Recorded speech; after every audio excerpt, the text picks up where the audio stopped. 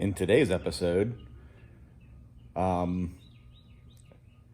naturally you get into these cars, you get into the forums and things on the internet that help you restore, get you information. And when you spend enough time in a car like I have on this car, you end up being the provider of information, because a lot of people buy cars that are already restored and things like that. But, this thing was just a shell. So I know, the size of the bolts that hold the steering column in. I know that the windshield wiper switch for this car is the same as a 64 Mustang. You can't find a switch for this car.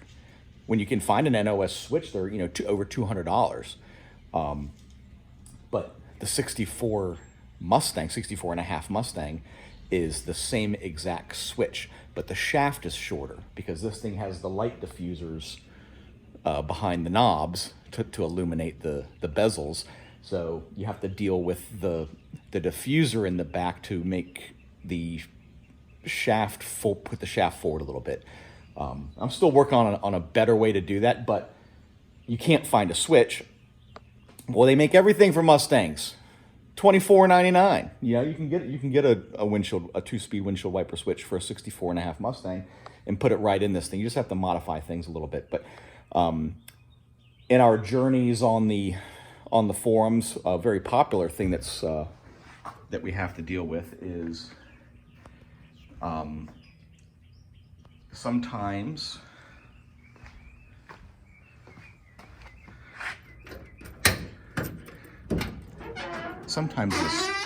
the trunk latch gets jacked up and you end up not being able to get in the trunk. So there's all sorts of ways that people that have never done it before will say that you can get in the trunk, okay? So I say it every time the question comes up, and you get different opinions and things like that. Here's the deal.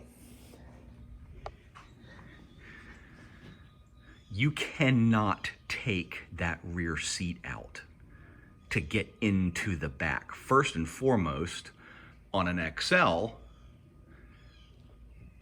look at all the trim. Okay? I'm the one that took the original out, had it reupholstered, and put it back in, okay? It took me hours because the tolerances in there for the hooks and where everything kind of they're not latches, but just where everything fits in, the hooks and stuff that are in the body, and then where the hooks are on the back of the seat and where everything goes. I had crowbars. I had a jack in here trying to put enough pressure up on this thing to get it in there. So I can at least speak for the XL. You cannot, if your trunk lock breaks and you have an XL, do not go in through the back seat, okay?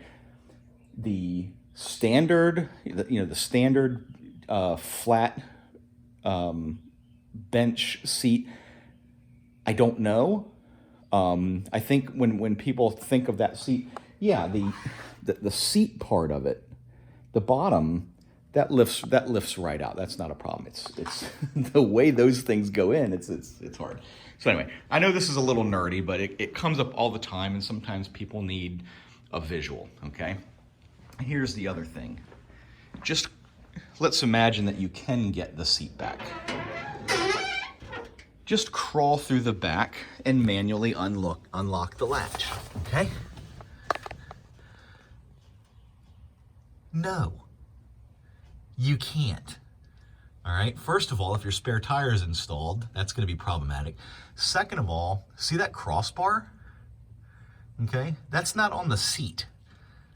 That's a part of the car. So unless you're a leprechaun, you're not gonna get in there. And then people are saying, well, you take the back of the seat off and then get a long socket extension or a long screwdriver extension. Okay, well, how long is that? Well,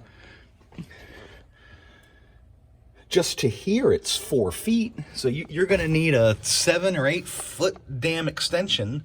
Okay. And I get it. People have done it. I'm not saying people haven't done it. I'm just, people ask, hey, I can't open my trunk. What's the easiest way to do it? Okay. Not a way to do it, the easiest way to do it. Okay. So let's talk about it. The easiest way to do it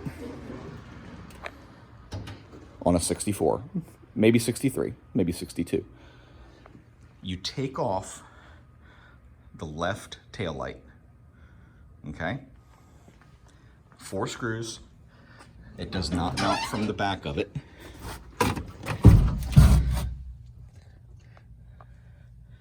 Okay? Now, once you get it off, you can unplug it, and that'll give you a little bit better way to move around in there. But I mean, it just pops off. That the wiring harness there just pops off. So now you have access in here, okay? You reach your big old arm in here, and so that's about how far I'd be able to reach in compared to where that trunk lock is. Where you can see where the striker is. So now I need a screwdriver about that long, okay?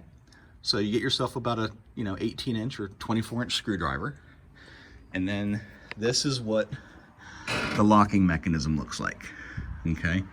Now, where you are trying to get to is on the inside. Let's see, where's my camera at? All right, hopefully this works. If I flip it over. Nope, that's upside down. Let's go in this way. Okay. What you want is, see that? That's the mechanism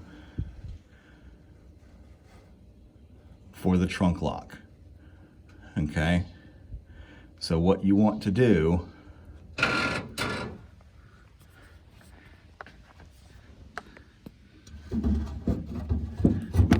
can't quite get that in there.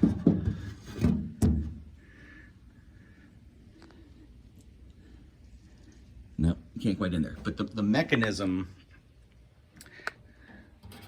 okay, you get your screwdriver and you put it in that hole, and you can't quite see it from there. I'm sorry, my camera lens is on the wrong side. You know what? It's worth it to. I'm gonna change angles here. Stand by. Here we go. Changing angles now. There you go. That's better. Okay. So that's the mechanism for the trunk lock, okay? And you can see when you turn the key, okay, that bar there, that L-shaped bar, you turn the key and it manipulates that top part of the latch there, okay? That right there is what you're trying to hit with your flathead screwdriver, okay? So literally, if you find yourself in that predicament, unscrew the tail light, reach your arm in with the screwdriver, get it in through one of these holes here, okay? Get that screwdriver in through here, wiggle it around, and then you're feeling around for the top of that L-shaped bracket, and you push it, and the trunk will come unlocked, okay? And it takes as long as it takes for you to take that off and fiddle around in there with your screwdriver. That's as long as it takes, and it's effortless. 15 minutes max from beginning to end. So that is my take on how to get the trunk open on a big old 63, 64 Galaxie. Without too much of a headache, because metal parts do break down, they bend, and just like a coat hanger getting bent back and forth, things break. So if it hasn't happened to you yet and you have one of these cars, it's one of those things that does happen. That's why I know how to do it, because it happened to me as well. So hope you all have a great day. More stuff to come, but that topic came up a little bit ago, so I thought I'd put a video up for people to actually get a reference on it. So I'll see you all next time. Peace out.